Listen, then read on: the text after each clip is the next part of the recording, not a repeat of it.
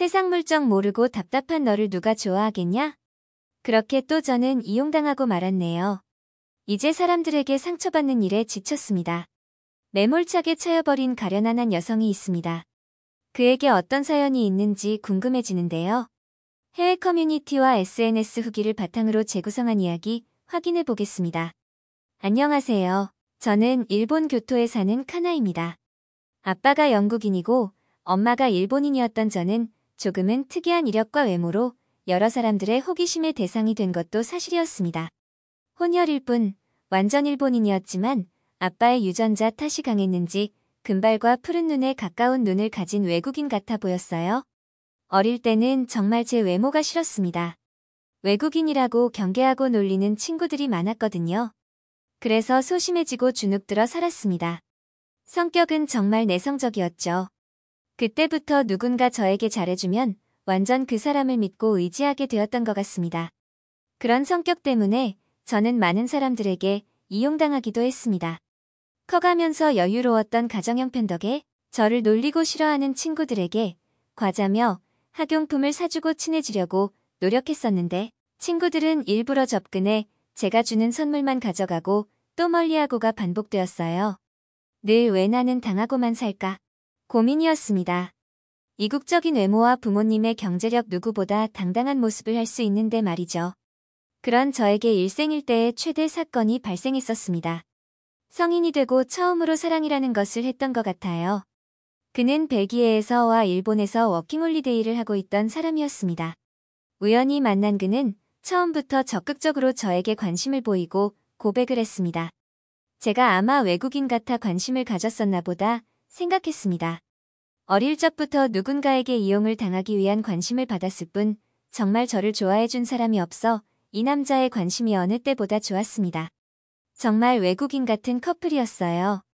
함께 길을 걸으면 한 번씩은 돌아볼 정도로 잘생긴 남자였습니다. 외적으로는 저도 주목받는 얼굴이었지만 함께 있으니 더욱 신기해하는 사람들의 시선이 느껴졌어요. 함께 이야기도 나누고 맛있는 밥도 먹으며 영화도 보고 데이트다운 데이트를 했습니다. 그런데 자신은 워홀을 하고 있는 신분을 자꾸 강조를 하면서 돈이 없다는 식으로 이야기를 하더라고요.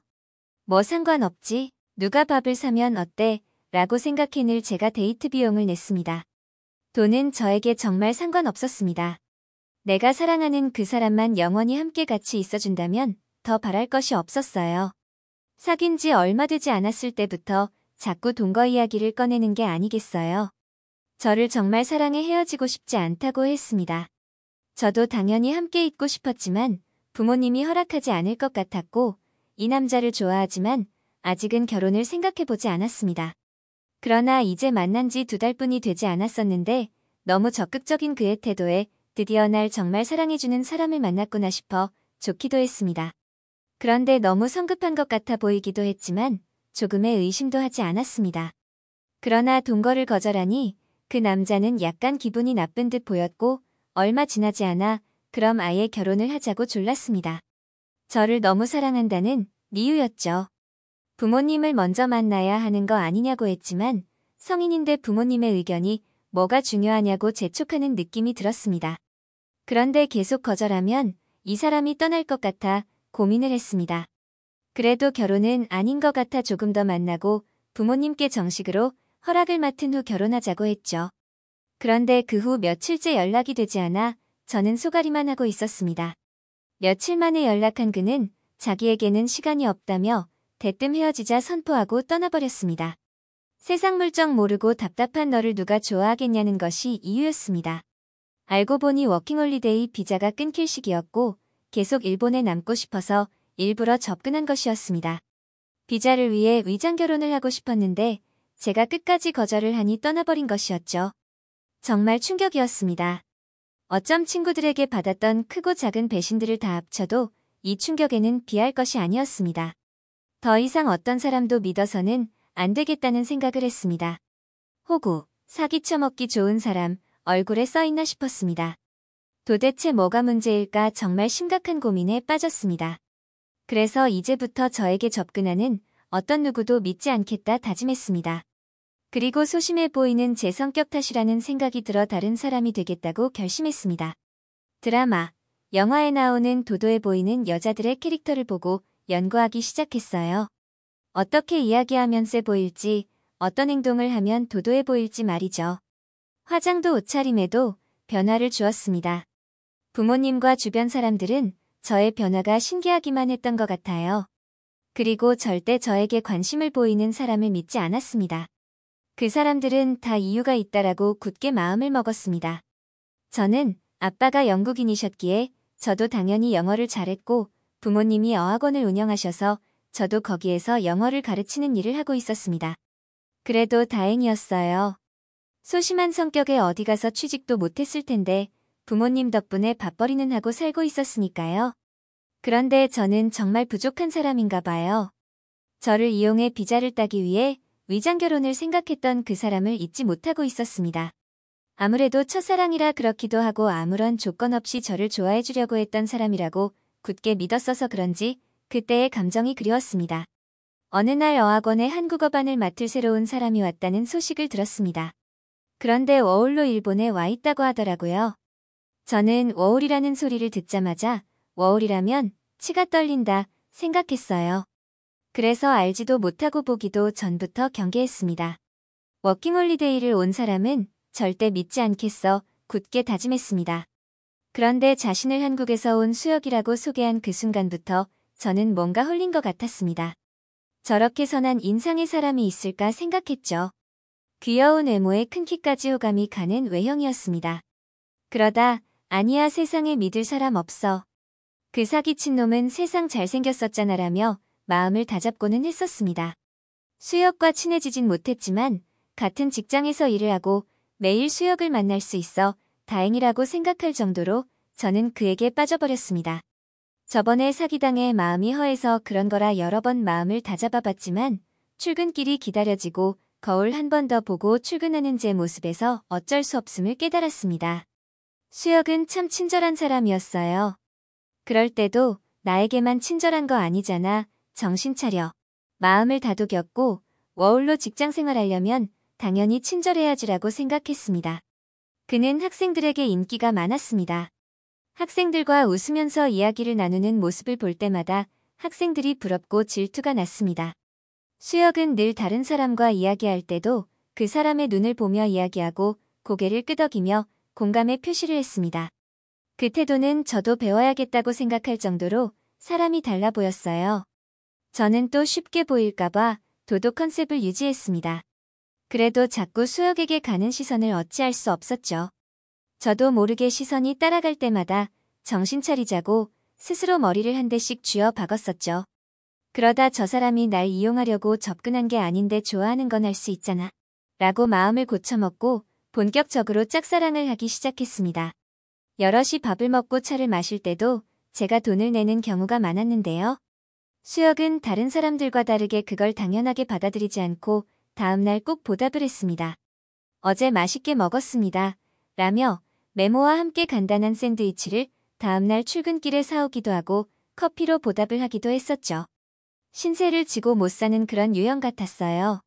워홀을 하는 자신은 돈이 없다 징징거리던 그 외국놈하고는 차원이 틀렸습니다. 그러나 저한테는 전혀 관심이 없는 것 같아 아쉬웠습니다. 다행히 저뿐 아니라 다른 여자 선생님들에게 관심이 없어 보였죠. 어느 날부터 그런데 저에게 조금 더 친숙하게 대하는 느낌이 들기 시작했습니다. 속으로 나에게 관심이 생겼나 좋으면서 혹시 또 날 이용하려는 건가 의심이 들었습니다.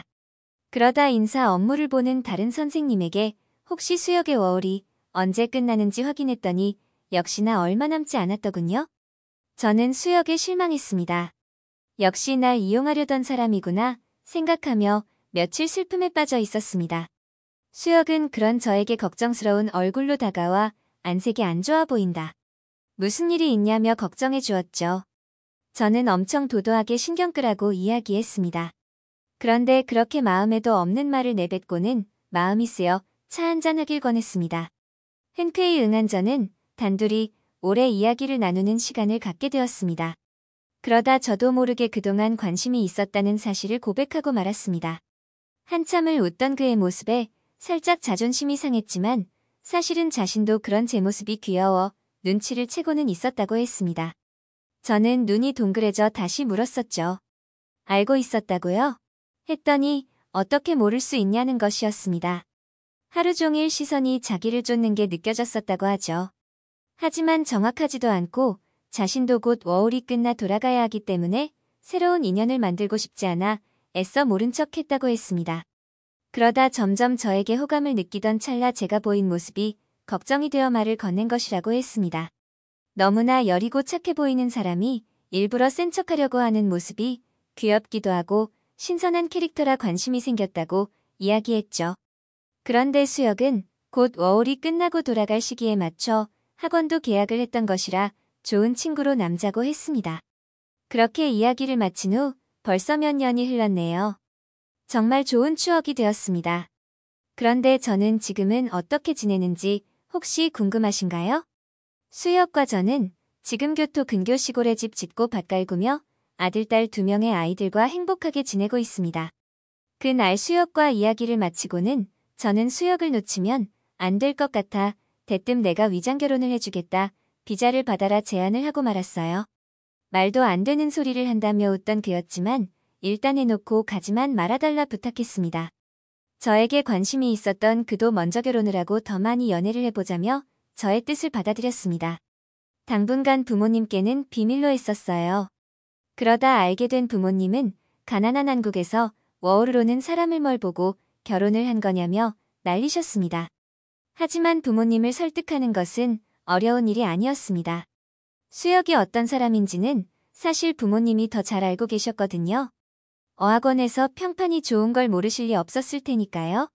수혁은 결혼을 하면 시골에서 예쁜 집을 짓고 아이들과 화초도 심고 채소도 심으며 사는 게 꿈이었다고 해 시골로 이사가 지금 아이들과 행복하게 지내고 있습니다. 카나의 이야기 어떠셨나요?